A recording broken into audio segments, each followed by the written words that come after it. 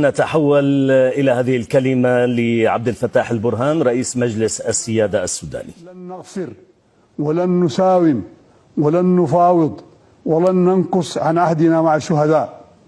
مواطنين الكرام، إن قواتكم المسلحة، قوات الشعب المسلحة قاف شيم ميم، قد تحقق في رحابها شعار شعب واحد جيش واحد، بل أكثر، وهي استحقت ما أسماها به الرعيل الأول، فهي من الشعب وإلى الشعب، فهو من حملها فوق جراحاته وصبر عليها فوق أحزانه وقدم لها خيرة أبنائه، فنهضت وانتصرت، انتصرت بكم وانتصرتم بها.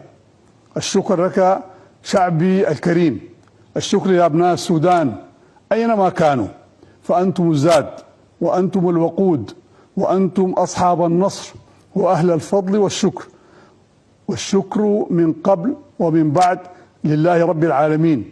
ولن تكتمل فرحة النصر إلا بالقضاء على آخر متمرد في آخر بقعة من السودان.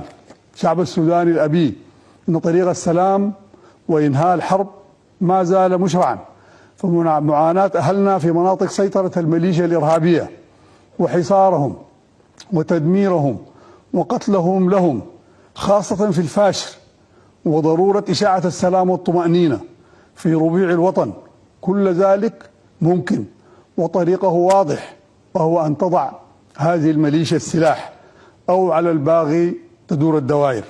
مواطنين الشرفاء، وأكد لكم أن قوات الشعب المسلحة تقف من جميع المواطنين المساندين لها والمدافعين عن السودان وعن الحق على مسافة واحدة، ولا تفضيل ولا انحياز لأي جهة على حساب الآخرين.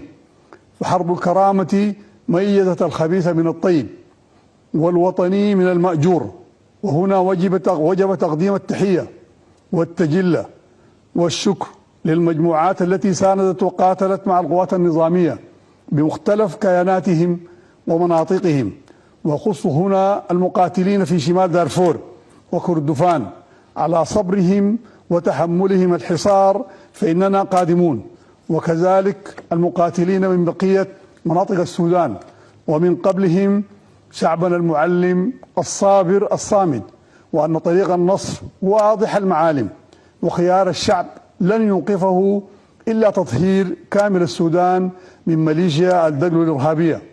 كذلك وجب أن نقدم الشكر لأشقاء وأصدقاء السودان من الدول والمنظمات الذين عملوا مع حكومة السودان والشعب السوداني وساندوهم ودعموهم في تثبيت وحدة وأمن واستقرار الدولة السودانية، وما زال إعادة إعمار الدولة وبنيتها التحتية يحتاج إلى جهود إضافية.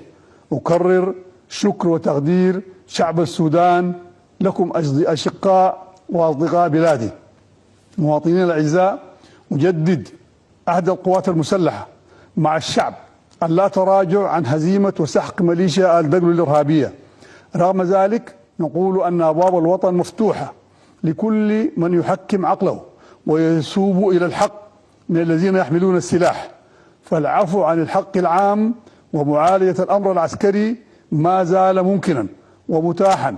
وهنا أناشد أهلنا في مناطق سيطرة التمرد برفع أيديهم عن مساندة مشروع الدجل الاستعماري وحماية أبنائهم من الذين سيريدونهم المهالك، فالسودان الواحد الموحد أرضا وشعبا أمانة تاريخية يجب عدم التفريط فيها.